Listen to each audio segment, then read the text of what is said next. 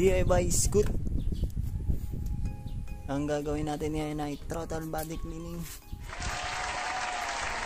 First time ko itong gagawin sa talambuhay ko, at first time din to ng motor ko malilinisan ng throttle body. Ito yung binili ko sa inyo, throttle body cleaner. Safe siya sa mga contact points.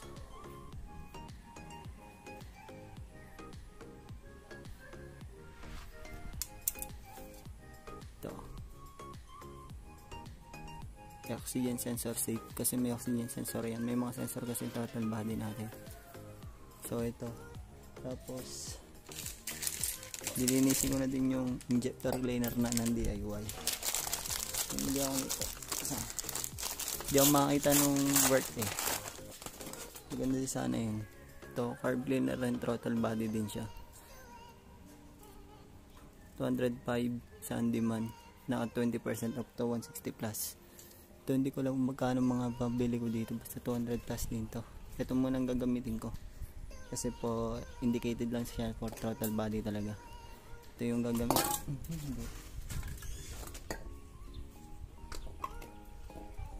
gagamitin natin for DIY injector cleaner. So start na. Kalasin muna natin yung upuan at cover.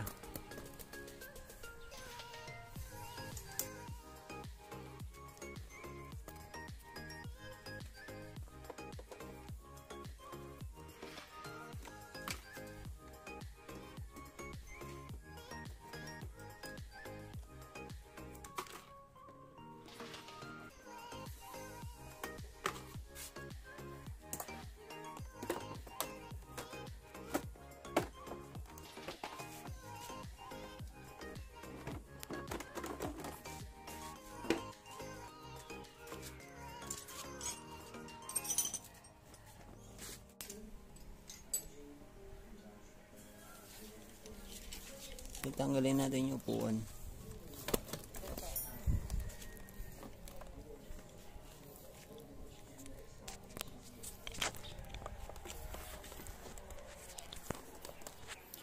Ito gamit yung 10mm.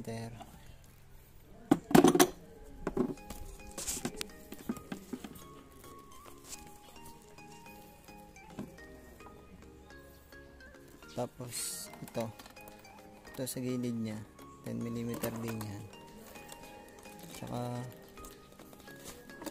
itong sa kabilang gilid yan, matatanggal natin yung upuan nan.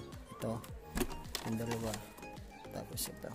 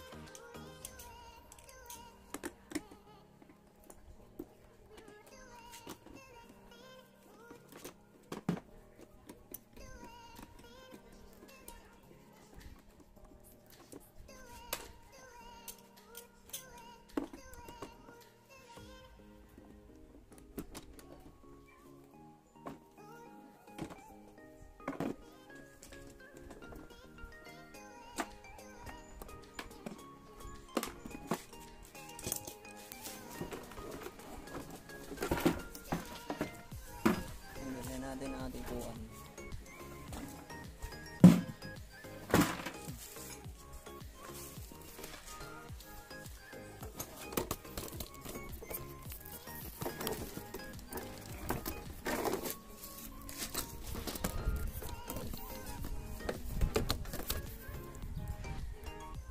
So ito yung ating throttle body. Muna natin yan, disengage muna natin yung dalawang wire. Ito. At saka pala mga paps and moms, pag magtatanggal kayo nito, make sure na medyo malamig na yung makina nyo, or mas maganda malamig talaga yung makina nyo. Ayusin natin itong fuel lines. Ito inihila lang ito pataas.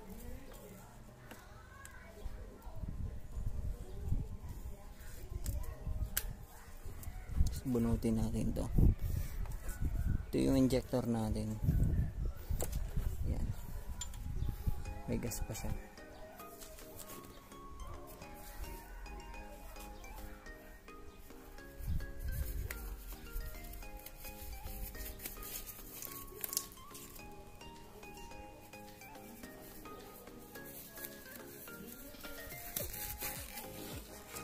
Then alisin natin yung mga lines. Ito. Hindi naman siya mahirap tandaan kasi medyo magkakalayo sila na. Itong isa. Pindutin nyo lang itong likod. Sila ano. Tapos baba nyo lang siya konti. Tapos itong isa ganun din. Pindutin nyo lang yung likod.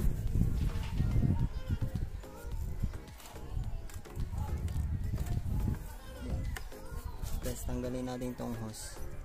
Breather hose to. Tanggalin natin.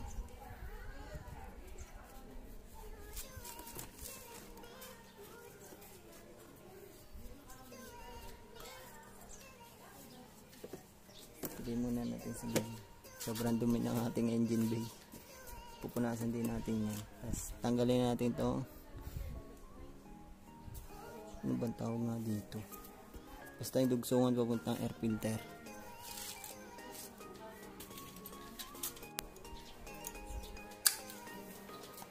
Pagtanggal dito yung parang alangang alin. Ito yung akin. Gamit ko sa tools ko maliliit.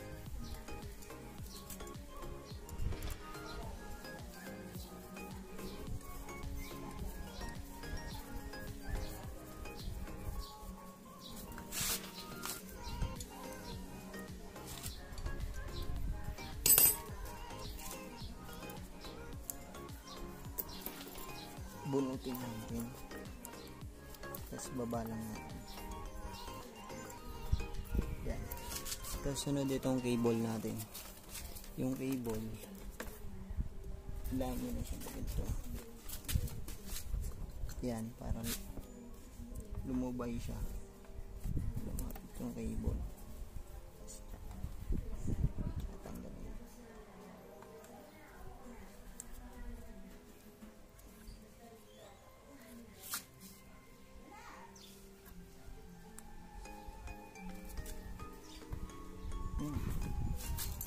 Mukhang kailangan natin tanggalin to. Sabi ko sa inyo, first time ko lang to eh.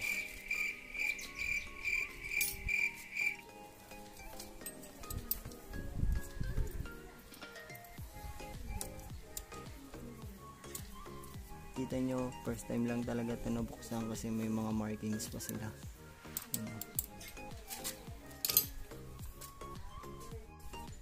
Kailangan yung alin natin. Silipin ko yung ilalim. Pinagkakabutan nito, may tornilyo dito.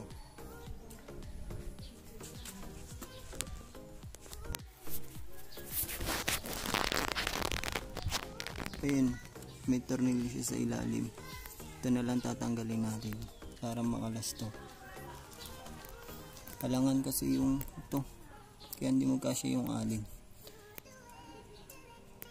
So yun, tatanggalin na lang natin yun.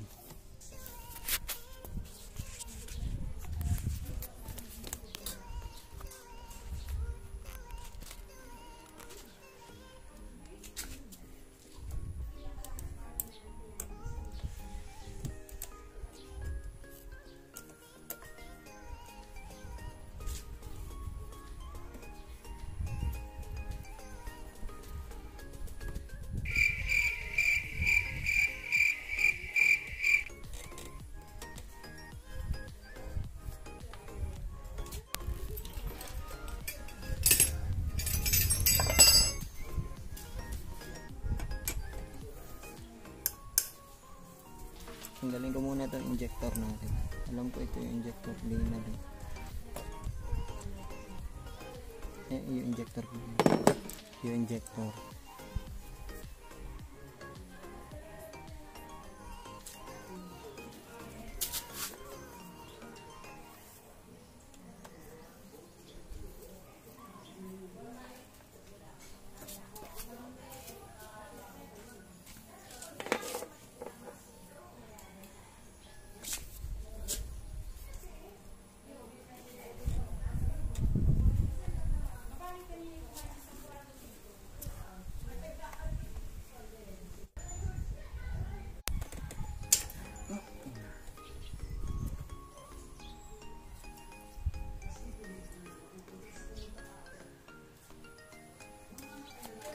bunot na yung ating injector. Stock injector pa po ito.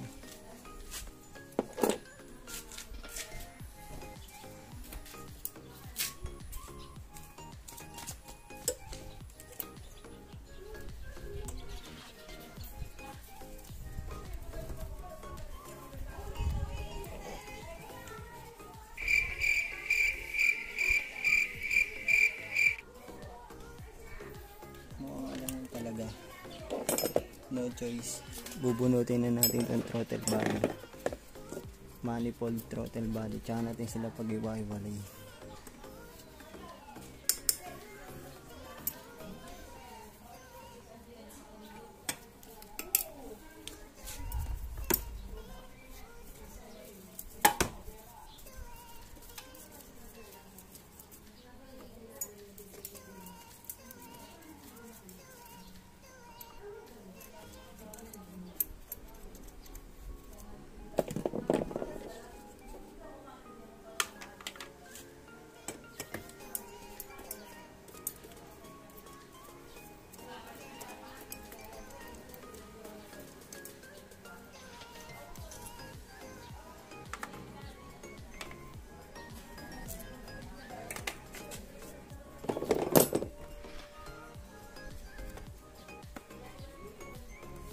Input lang natin to para wag siyang mawala.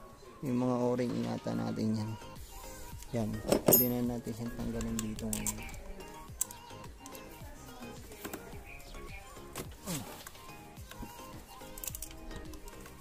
Malis itong cable. So dito na natin sa terminal tatanggalin.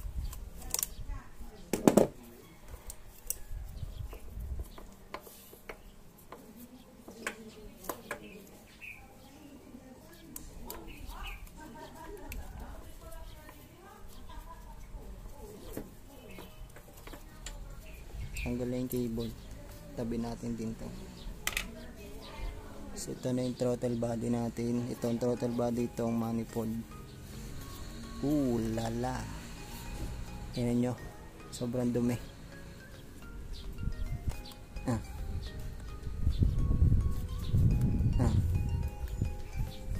2 years walang bukasan, 2 years and a half.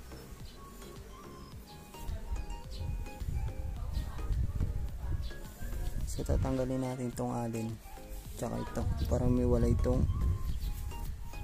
manifold, may wala itong manifold tsaka itong throttle body.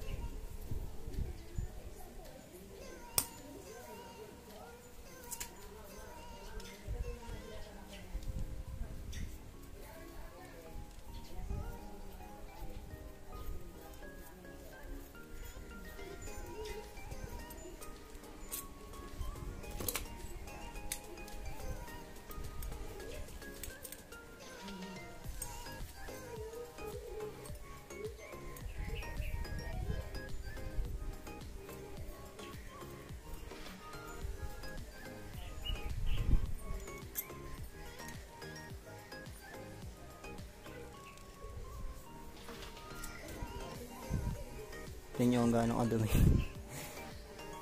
Ngatan natin to, itong o-ring, huwag natin mawala yan, iwas tagas yan. So yun, so gagamitan na natin ng panlinis. So linisin na natin.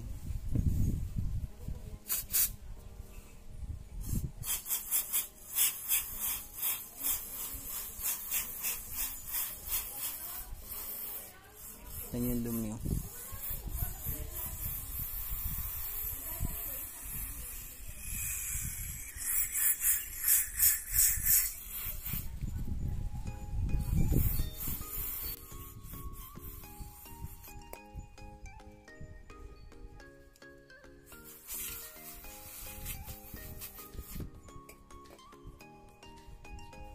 hinina mo na yung spray para medyo madami lang panlinis ang lumabas para mababad yung panlinis.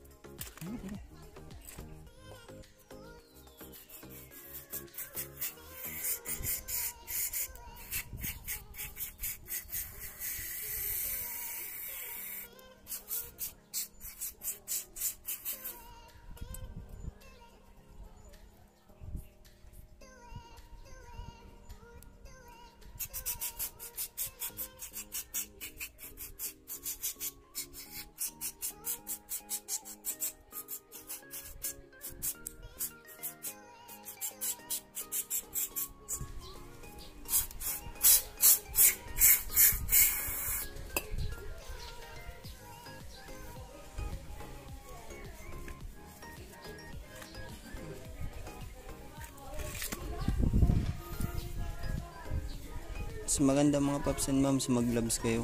Makati kasi ito sa kamay, itong mga panlinis na to. So kaya ako naka-gloves. Punasan na natin. Malayo na ang itsura doon sa kanina.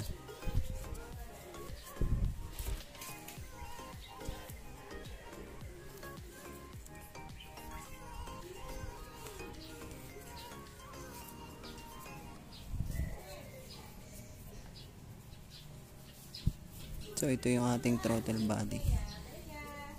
Malinis na. Ang daming dumi.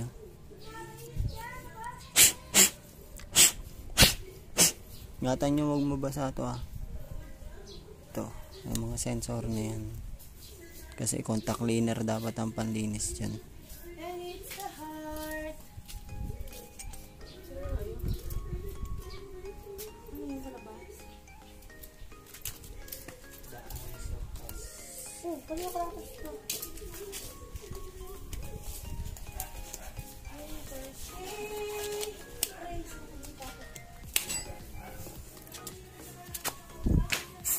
Manifold naman.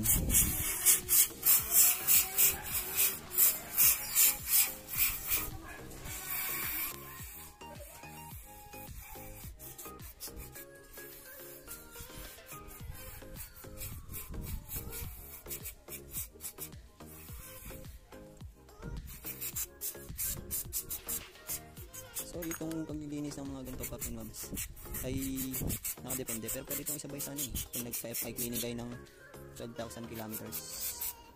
Mas maganda yun para isang bukas na lang. Isang beses ko ako nagpa-FI cleaning kung 12k ako, bali ako doon ng aking motor ay 16k na.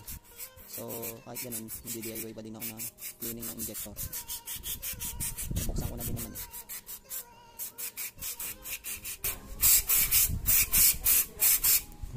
sobrang linis na ng manifold natin. Feels like brand new. Punasan na natin.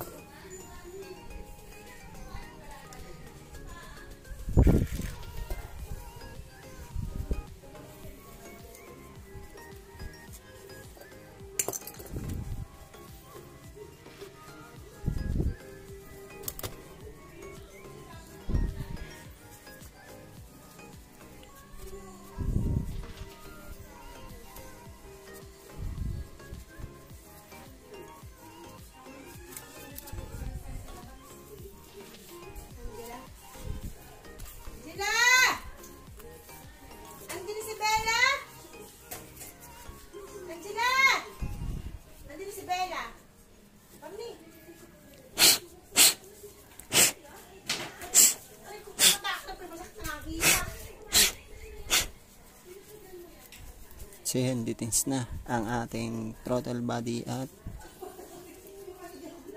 manifold.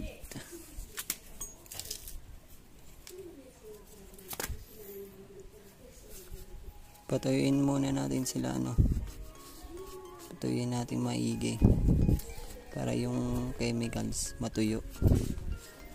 Ito Tapos yung o-ring natin, check natin kung worn out na o hindi.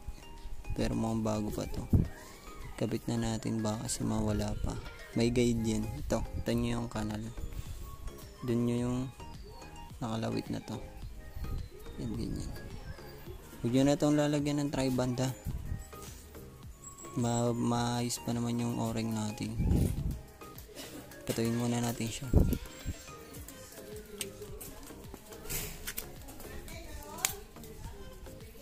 One eternity later. So babalik na natin yung mga inalas natin. Linisin muna natin to. Ang dumi eh, sayang naman.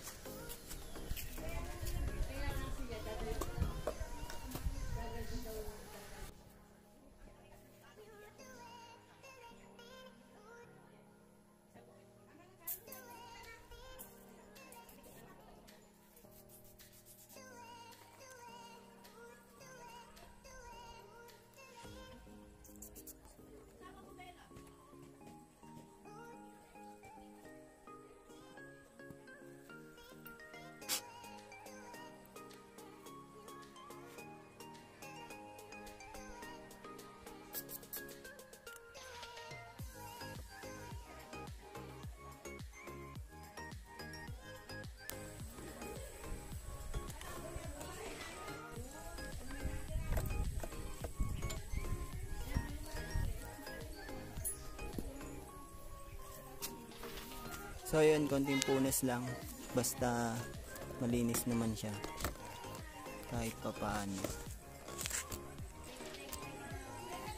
So babalik na natin yung pinagkakalas natin.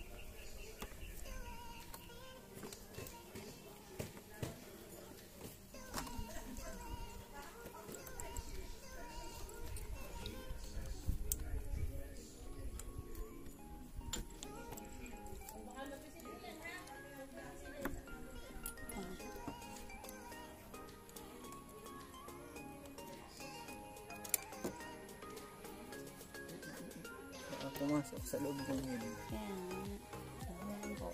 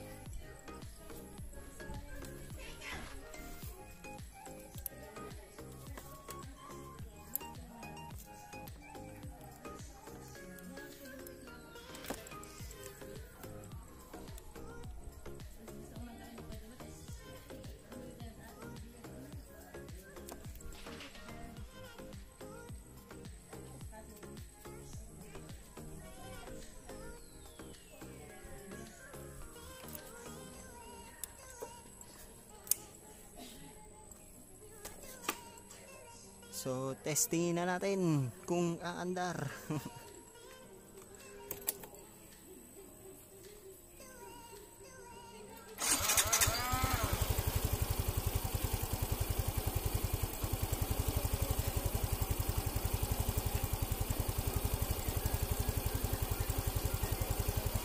So, hola, umandar mga paps and moms.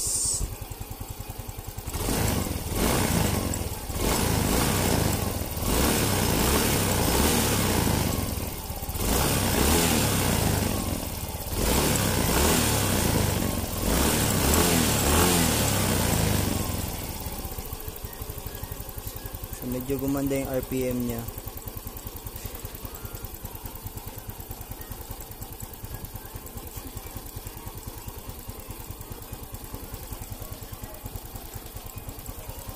So ayun, dito na natatapos ang DIY natin. So yung pagbabalik naman nung upuan, alam nyo na yun, madali na yun. So sana may natutunan kayo. Please like and subscribe and click the bell icon para sa marami pang YouTube tutorial. So salamat sa porta. Ciao!